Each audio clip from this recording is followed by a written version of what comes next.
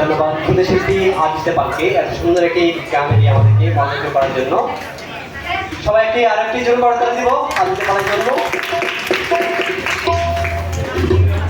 এই পর্যায়ে আমাদের কাছে উপস্থিত বিশেষ অতিথি তপতী দেবনাথ মহোদয়া, সঙ্গীত শিল্পী ও